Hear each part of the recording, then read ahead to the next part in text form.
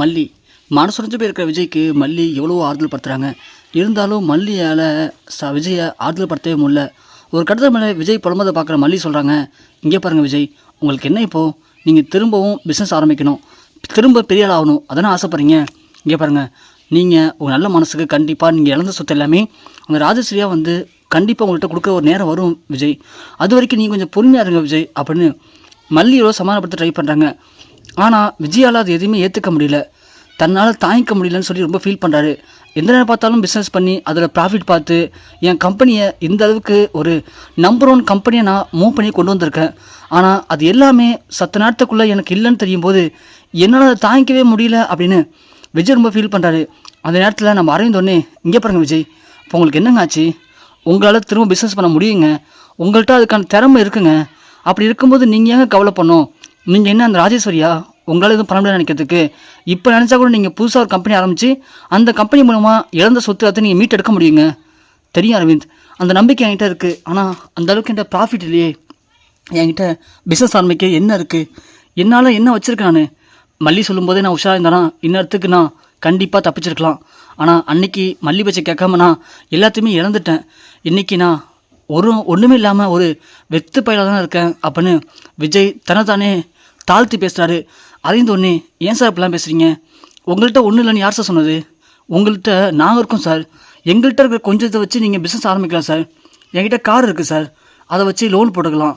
அன்னப்படி ஒன்று, தம்பி என்கிட்ட வீடு இருக்குப்பா, அதை வச்சு லோன் பண்ணலாம்ப்பா, இதெல்லாம் வச்சு லோன் போட்டால் கண்டிப்பாக ஒரு 50 லட்ச ரூபா ரெடி பண்ண முடியும்ப்பா, 50 லட்ச ரூபா இருந்தால் கண்டிப்பாக நீ நினைக்கிற மாதிரி ஒரு பிஸ்னஸ் ஆரம்பிக்கலாம் மாப்பிள்ள, ஆரம்பிச்சிங்கன்னா திரும்பவும் நீங்கள் பழைய விஜய் மாதிரி மாறிடலாம் மாப்பிள்ள, ஒன்றும் இல்லை, ஒரு 2 மாதம் கஷ்டப்பட்டால் போதும் மாப்பிள்ள, உங்கள் திறமைக்கு நீங்கள் 2 மாதத்தில் கண்டிப்பாக பெரிய ஆகிடுவீங்கன்னு நம்பிக்கை எனக்கு இருக்கு மாப்பிள்ள அப்படின்னு அன்னப்பொண்ணி சொல்கிறாங்க. விஜய் ஒன்று எல்லாரையும் பார்த்து கையெழுத்து கும்புறாரு, என்னை எல்லாருமே மன்னிச்சிருங்க, நீங்கள் எல்லோரும் என் கூட இருந்தீங்க, ஆனால் எல்லோரும் சொல்லும்போது நான் எதையுமே காது கொடுத்து கேட்கல, உங்கள் யாரையுமே சின்ன ஒரு மனுஷனோட மதிக்காமல் நான் ரொம்ப அவமாச்சிருக்கேன், அதோட விளைவு தான் இன்றைக்கி நான் எல்லாத்தையும் இழந்துட்டு இப்படி ஒன்றும் இல்லாமல் நிற்கிறேன், அதனால் எல்லோரும் என்னை மன்னிச்சிருங்க அப்படின்னு மன்னிக்கிறார் விஜய். உடனே எல்லாரும், இங்கே பாருங்கள் சார், என்ன சார் மன்னிப்பு கேட்குறீங்க, பெரிய வார்த்தைலாம் பேசுகிறீங்க, என்னதான் இருந்தாலும் நீங்கள் எங்கள் குடும்பத்தில் ஒரு ஆள், அப்படி இருக்கும்போது நீங்கள் இப்படி பேசுகிறது எங்களுக்கு ரொம்ப கஷ்டமாக இருக்குது சார், நாங்கள் எதை பற்றியுமே யோசிக்கல, நீங்கள் பிஸ்னஸ் ஆரம்பிக்கிற வழியை மட்டும் பாருங்கள் சார், நான் எல்லாத்தையும் போய்ட்டு நாளைக்கு கார் அடமா வைக்கிறேன், வீட்டை அடமா வச்சுட்டு பணத்தை அடிப்பட்டு வரேன் சார் அப்படின்னு விஜய் கிளம்பி போகிறாங்க. விஜய் உடனே போயிட்டு ரூமில் உட்காந்து யோசிக்கிறாரு, என்ன பண்ணலான்னு சொல்லிட்டு. உடனே யோசித்து திரும்ப பிஸ்னஸ் ஆரம்பிக்கிறதுக்கான எல்லா ஏற்பாடும் பண்ணுறாங்க. அதை பார்க்குற மல்லி உடனே விஜய் பார்த்து, விஜய் இப்போ தாங்க நான் உங்களை பழைய மாதிரி பார்க்குறேன், இப்போ தான் நீங்கள் திரும்ப ஆக்டிவாக மாறி இருக்கீங்க, நீங்கள் கண்டிப்பாக சொல்கிறேன் கொஞ்ச நாள்லேயே அந்த ராஜேஸ்வரை விட பெரிய ஆளாக நீங்கள் வளர்ந்து வருவீங்க, நீங்கள் வேணால் பாருங்களேன் அப்படின்னு விஜயை கொஞ்சம் கொஞ்சமாக ஊக்கப்படுத்துகிறாங்க மல்லி. விஜயும் உடனே பிளான்லாம் பக்காவாக போட்டுட்டு ரெடி ஆகிட்டாரு. அடுத்த நாள் காலையில் நம்ம அரவிந்த் வராங்க. சொன்ன மாதிரியே அரவிந்த் 50 லட்ச ரூபா பணத்தை ரெடி பண்ணிட்டு வராரு. அந்த பணத்தை வச்சு கொண்டு போயிட்டு திரும்பவும் நம்ம விஜய் கம்பெனி ஆரம்பிக்கிறாங்க. கம்பெனி ஆரம்பித்து அடுத்த நாளே அந்த கடையை ஓப்பன் பண்ணுறதுக்கு நம்ம மல்லியை அழைச்சிட்டு போகிறாங்க. போய் ஓப்பன் பண்ணி பார்த்தா அதில் இந்த முறை விஜய் என்டர்பிரைசஸ் இல்லாமல் மல்லி என்டர்பிரைசஸ்னு இருக்குது. அதை பார்த்து மல்லி ஒன்று, விஜய் என்ன ஏன் பேரில் ஓப்பன் பண்ணியிருக்கீங்க?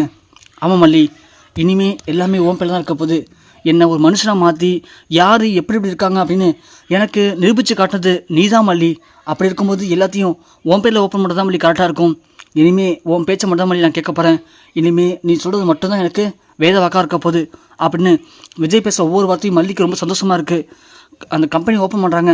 ஓப்பன் பண்ண உடனே நம்ம விஜய் என்ன பண்ணுறாரு அப்படின்னா, அவர்கிட்ட இருக்க கான்டாக்ட்ஸில் பழைய பிஸ்னஸ் பார்ட்னர்ஸ் எல்லாருமே கூப்பிட்றாரு ஃபோன் அடிச்சு, இது மாதிரி நான் புதுசாக ஒரு கம்பெனி ஓப்பன் பண்ணியிருக்கேன் மல்லி என்டர்பிரைசஸ் அப்படின்னு, நீங்கள் அதுக்கு ஆர்டர் கொடுத்தீங்க அப்படின்னா எனக்கு ரொம்ப யூஸ்ஃபுல்லாக இருக்கும் அப்படின்னு எல்லாத்தையுமே ஆர்டர் கேட்குறாங்க.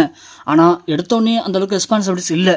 ஆனால் அதில் ஒருத்தர் மட்டும் நம்ம விஜய்க்கு ஏற்கனவே நல்லா பழக்கமானவர், அவர் கஷ்டப்படும் போது விஜய் அவருக்கு உதவி பண்ணியிருக்காரு.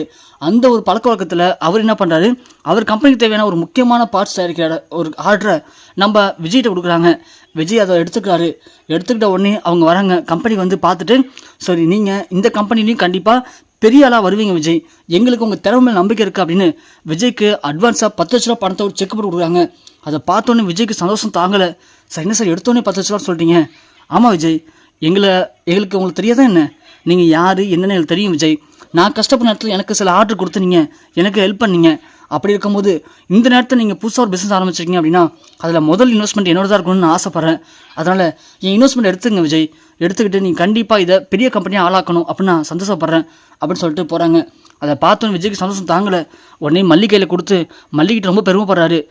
பாத்தியா மல்லி, உன் கையால் உன் பேரில் ஆரம்பித்த கம்பெனி முதல் நாளே 10 லட்ச ரூபா ப்ராஃபிட் கிடச்சிருக்கு. உண்மையிலேருந்து கம்பெனி நீ வேணா பாரு, நீ ஆசைப்பட்ட மாதிரி பெரிய கம்பெனி நான் கொண்டு வந்து விட போகிறேன் அப்படின்னு விஜய் சந்தோஷப்படுறாங்க. இந்த விஷயம் நம்ம ராஜேஸ்வரி காதுக்கு போகுது. இது மாதிரி விஜய் மல்லி என்டர்பிரைசஸ் அப்படிங்கிற பேரில் ஒரு கம்பெனி ஓப்பன் பண்ணியிருக்காரு. ஓப்பன் பண்ணி அதில் முதல் ஆர்டரே இப்போது 10 லட்ச ரூபாய் இன்வெஸ்ட் பண்ணியிருக்காங்க. போகிற பக்கம் பார்த்தா இந்த கம்பெனி மாதிரியே அப்படியே விஜய் சார் அந்த கம்பெனியும் பெரிய கம்பெனியாக கொண்டு வந்துடுவார்னு பயமாக இருக்குது மேடம் அப்படின்னு ஒருத்தர் வந்து சொல்கிறாங்க. அதை கேட்ட ராஜேஸ்வரி, ஓ அப்படியா, விஜய் அதுக்குள்ளே திரும்ப ஏஞ்சிட்டானா? சே, விஜய் நான் அடிக்க விஜய் கண்டிப்பாக இனிமேல் ஏஞ்சிருக்கவே மாட்டான். அதோட விஜய் சாப்டர் க்ளோஸ் ஆகுன்னு நினச்சேன். ஆனால் விஜய் கொஞ்சம் சொந்து போகாமல் அதுக்குள்ளே புது கம்பெனி ஆரம்பித்து அது இன்வெஸ்டர்லாம் பிடிச்சிட்டானா? அவனுக்கு எங்கேருந்து பணம் வந்துச்சு? எப்படி அவன் அந்த கம்பெனி ஆரம்பித்தான் அப்படின்னு கேட்குறாங்க. மேடம் எங்களுக்கு தெரியும் மேடம், நீங்கள் அடுத்ததான் கேட்பீங்கன்னு சொல்லிட்டு அதான் நமக்கு தெரிஞ்ச ஆளுங்களை வச்சு எப்படி விஜய் சார் கம்பெனி ஆரம்பிச்சார் என்னன்னு விசாரிக்க சொன்னேன். அவங்க விசாரித்து பார்த்ததில் அவங்க கூட இருக்கிற எல்லாரும் சேர்ந்து அவங்களுக்கு பணம் கொடுத்து அந்த கம்பெனியை ஆரம்பிச்சிருக்காங்க. அவங்கள்ட்ட கடன் வாங்கி தான் விஜய் சார் கம்பெனி ஆரம்பிச்சிருக்காரு. ஆனால் ஆரம்பித்த முதல் நாளே அவருக்கு 10 லட்ச ரூபாய்க்கு இன்வெஸ்டர் கிடச்சிருக்காங்க. அந்த இன்வெஸ்டர் இப்போ இருக்கிற பிஸ்னஸில் மிக முக்கியமான புள்ளி. கண்டிப்பாக அவருடைய ஃப்ரெண்ட்ஸ் எல்லாருக்குமே அவங்க தான் ரெஃபர் பண்ணுவார். அப்படி ரெஃபர் பண்ணால் கூடிய சீக்கிரம், அதாவது அடுத்த ஒரு 3 மாதத்துலேருந்து 6 மாதத்துக்குள்ளே விஜய் சார் இந்த கம்பெனி எப்படி டெவலப் பண்ணாரோ அதே மாதிரி 1 மடங்கு அதிகமாக கூட அந்த கம்பெனி டெவலப் பண்ண வாய்ப்பு இருக்குது மேடம். அப்படி டெவலப் பண்ணிட்டாருன்னா நம்மளுடைய ஷேர் எல்லாமே குறைய வாய்ப்பு இருக்குது. அதுக்குள்ளே விஜய் சாரை அந்த பிஸ்னஸை விட்டு நாம் காலி பண்ணி ஆகணும் மேடம் அப்படின்னு ஒருத்தன் சொல்கிறான். ராஜு ஒன்னே அப்படியா, இருக்கட்டும் விடுங்க, எல்லாத்துக்கும் காரணம் இந்த மல்லி தான். விஜயை சொத்தெல்லாம் பிடுங்கிட்டு அடிச்சு விட்டா விஜய் ஒன்றும் இல்லாமல் நடுத்தில் நிற்பான். அந்த மல்லி சொத்துக்கு ஆசைப்பட்டானா விஜய் கூட வந்தா எப்படியும் விஜய் விட்டு ஓடிடுவான்னு நான் நினச்சேன். ஆனால் அந்த மல்லி என்ன தாண்டி பிளான் போடுறாளா? விஜய் மேலே திறமையில் நம்பிக்கை வச்சுக்கிட்டு காசை கொடுத்து விஜயை புதுசாக கம்பெனி ஓப்பன் பண்ணி வச்சிருக்கா. அது மூலிமா வர சொத்து எல்லாத்தையும் அவள் அபைக்கலான்னு ட்ரை பண்ணுறாளா? இருக்கட்டும் விடுங்க.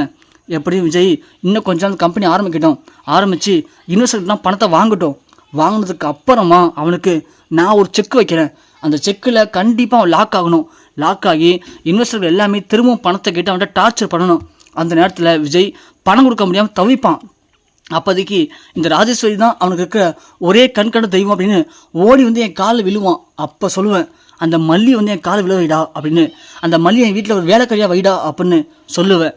அப்போ விஜய் வழி இல்லாமல் மல்லியையும் அவனும் வந்து என் வீட்டில் வேலைக்காரங்களாக இருப்பாங்க. அப்போ தான் அவனை திமிரை அடக்க முடியும் அப்படின்னு ராஜேஸ்வரி சொல்கிறாங்க. அது மட்டும் இல்லை, அவங்கள பார்த்து இங்கே பாருங்கள், நீங்கள் என்ன பண்ணுறீங்க, இதுக்கப்புறம் விஜய் என்ன பண்ணுறான் ஏது பண்ணுறான், விஜய் கம்பெனியில் யாரும் இன்வெஸ்ட் பண்ணுறாங்க அப்படிங்கிற டீட்டெயில்ஸை அப்டேட் பண்ணிகிட்டே இருங்க. அப்போ தான் நம்ம விஜயை ஈஸியாக கவுக்க முடியும். கொஞ்சம் மிஸ் பண்ணாலும் விஜய் திரும்பவும் பழைய விஜயா பிஸ்னஸில் நம்பர் 1 பொசிஷனை அடைஞ்சிருவான்.